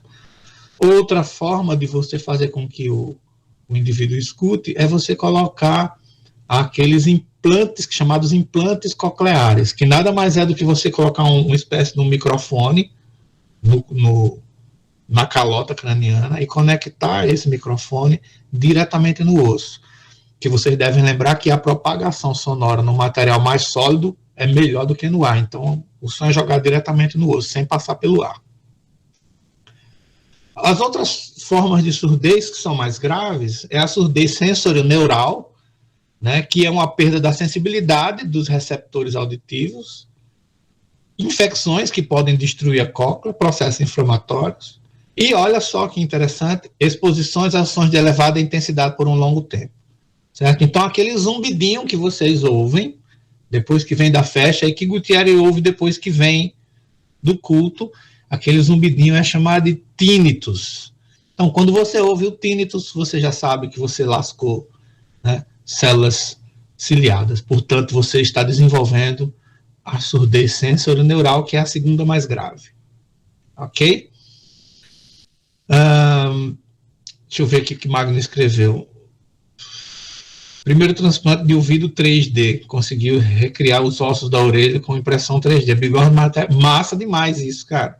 Porque é só o osso mesmo, né? Se você conseguir fazer a conexão e fazer com que eles tenham o movimento preciso daquela alavanca lá, hiperfixa, né? Então, você consegue facilmente reproduzir a função dele, né? Isso é legal. Finalmente, o último tipo de anomalia da audição é aquela em que a tua orelha está perfeita, em que o tímpano está perfeito, os ossículos estão direitinho, tudo funcionando, a cóclea está funcionando, as células ciliadas estão funcionando, os nervos estão funcionando, mas a região da córtex cerebral envolvida na audição não está funcionando. Pode ser por um acidente vascular cerebral, uma estenose, um aneurisma que causou lá, pode ser um problema no parto, pode ser por impacto, né? Um acidente de carro, você causou um impacto naquela região e você destruiu células, né? Um lutador de boxe, né, que numa luta depois fica surdo, porque levou um impacto e aquela região. Tem outros que ficam cegos, tem uns que ficam surdos dependendo da região do impacto. Então a surdez central é a surdez nas regiões de interpretação do som, certo? A surdez sensorineural é aquela que ocorre no ouvido interno, né? E a surdez de condução é aquela que ocorre do ouvido médio para fora, certo? A surdez de condução, vocês estão vendo em rosa aí, ela pode ser, tanto a de condução quanto a sensorineural, ela pode ser percebida através de um teste com diapasão, né, que foi aquele instrumentozinho que eu mostrei lá no segundo slide. Eu tenho um diapasão em algum lugar aqui em casa, eu vou ver se eu acho para na prática mostrar para vocês. Como eu falei para vocês que o som se propaga melhor no meio material sólido do que no aéreo, então você pode pegar o diapasão, certo? E encostar aqui nesse ossinho que tem aqui atrás do ouvido, que é chamado processo mastoide, certo? Você faz o diapasão vibrar, bate com ele, ele vibra, fica aquele sonzinho, né? Aí você encosta a base dele aqui no processo mastoide. Se você ouvir a vibração bem intensa, bem alta, aquele som bem limpo, né, significa dizer que você não tem problema sensorial e nem surdez central, que a sua surdez é uma surdez de condução. Primeiro você vibra, né? Você bate ele, faz ele vibrar e mostra para a pessoa, pergunta se ela está ouvindo. Aí ela diz, eu estou ouvindo só de um lado, do outro eu não estou. Aí você bate novamente e encosta no processo mastoide do lado que ela diz que não está ouvindo. Se ela conseguir ouvir, então você sabe, é algum problema de condução. Aí vai investigar e tentar solucionar, certo? O do sensorineural é a mesma coisa, né? Você faz com que o som vibre diretamente pelo osso. Nos dois casos, você vai fazer com que a informação sonora vá diretamente pelo osso até o ouvido interno. Existe recentemente, o pessoal está produzindo uns fones de ouvido que na verdade são fones de condução óssea. Ao invés de ele jogar o som no canal auditivo, eles jogam o som aqui nas têmporas, nos ossos temporais aqui, certo? E aí você vai ouvir o som pelo osso, a propagação sonora vai pelos ossos até o tímpano.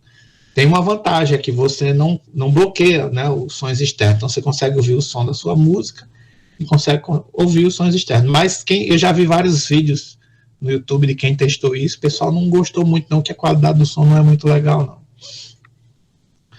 O diapasão precisa ser feito de algum metal específico? Eu não sei exatamente, Magno. Eu sei que a maioria dos diapasões que eu já peguei são todos de aço. Eu acho que o importante é que na produção dele ele consiga reproduzir fielmente aquela frequência para a qual ele foi proposto. Eu não me lembro exatamente qual é a frequência, mas 400 e alguma coisa. Depois que eu achar, eu vou procurar. Aí eu mostro para vocês. Certo? Então, esses são os problemas, né, de audição que a gente pode identificar no indivíduo. Para terminar, só mais uma outra curiosidade que eu acho interessante. A respeito da percepção sonora,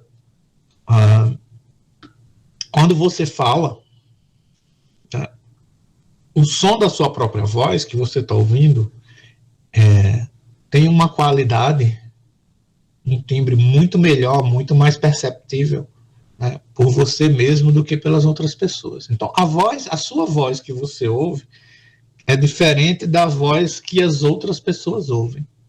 A Magno está dizendo que a frequência é de 440 Hz. Exatamente. Então, por que você ouve a sua voz diferente das outras pessoas? Porque você ouve sua voz de duas formas. Você ouve a sua voz pela condução aérea e você ouve a sua voz pela propagação nos tecidos. Né? Produz aqui nas pregas vocais, ela se propaga nos tecidos, nos ossos, e vai por dentro do seu corpo até a cóclea. Certo? Então você ouve sua voz de duas formas, né, de condução, a aérea e essa por meio sólido. Então a sua voz é melhor ouvida por você do que pelas outras pessoas. As outras pessoas só ouvem a sua voz pelo meio aéreo. É exatamente por isso que a gente acha a nossa voz tão mais feia, tão estranha, quando a gente ouve uma gravação, por exemplo, né, da nossa própria voz. Quando eu gravo essas aulas aqui para vocês, e depois que eu vou editar, eu fico olhando assim, meu Deus do céu, como minha voz é feia. Não sei como é que esse povo aguenta eu falando com essa voz feia desse jeito. Chega a me dar raiva. Mas não há nada que eu possa fazer a respeito. Essa é a minha voz. Eu, pelo menos, tento ser o mais didático possível, já que a voz é tão ruim. Certo? Bom, era isso que a gente tinha por hoje, já 10h30 aí, né? Esse é um assunto bem interessante. Não sei se vocês vão conseguir, mas esse assunto ele está melhor no livro do Ibrahim Renine, de Biofísica. Só que eu não consegui achar uma cópia digital dele. Não sei se no Garcia está legal não, mas eu me lembro que no Renine é que está bem melhor. Então vocês deem uma lidinha. Tem muito vídeo no YouTube, eu já andei pesquisando, que tem umas animações legais explicando a audição. Então,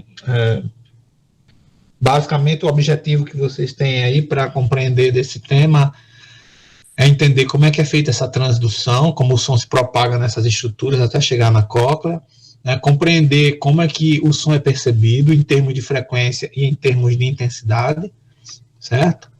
Então, essa é uma questão interessante. E conhecer os tipos de surdez, né? E como você pode diagnosticar. Esses são os principais objetivos dessa aula de hoje.